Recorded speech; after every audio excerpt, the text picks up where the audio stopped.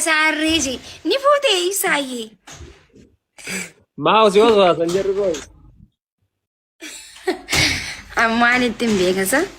Ibsa ni fote isa dogoma himi me yo fote. Posti angan nama tura si bodashi.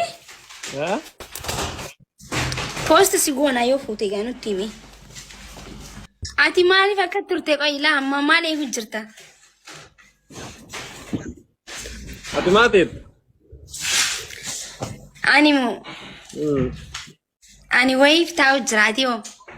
Maris. Wahif ga wahif. Wanti makan kamu. Wahifi ati malif teesse ati naa himi duran wayu. Ibsaa garu malif badde dhugaa garu dalaga qofa si bachise moo? Illee maal fuuni illee wayii fi fuuni. Wallahi badde jirta bar deebi. Asliin maal as jala jaasa maal jechuu jira saa asliin. Maal sin jedhaara faazariidha jedhaa barsilaa gabbara fideedha. Inni wayne ga inni bar faazari khiyati barain oso barain faazarin turin san silaabar dubbin bareeddu ture. Aga inni dubbin.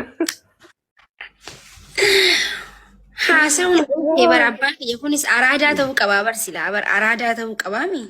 Arsiin gabbara baay'ee nama gaafatti saniif achi goggoruu dinne. Silaa araadaa ta'uu qaba. Anna wafatatti jee nama laali xiqqisho akkami haasawin aree haasawun wallaallee barnuti jechuun mucaan kun long time wal jalaa bannee wallahi yaade hedduu yaadeen ati nayyaanni ansi yaadee bar.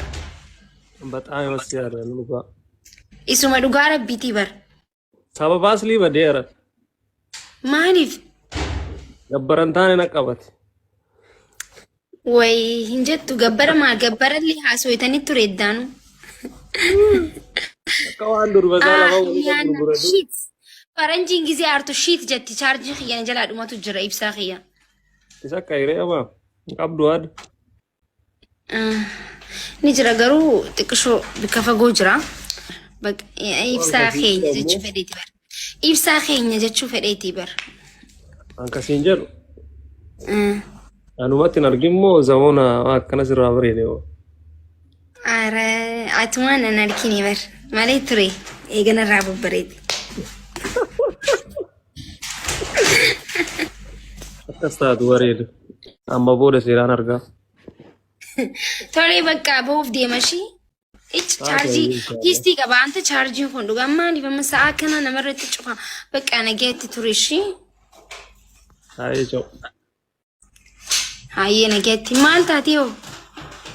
Hin bahin ati mal. Hin badin jechuu kiyya hin bahin jedheesi haasawallee hojjaa hullaale. Ay namni waanuma sammuu keessaa qabu haasawamaa rakkoo miti hayyee nin deebi'a. Hayyee nageetti. Isa illee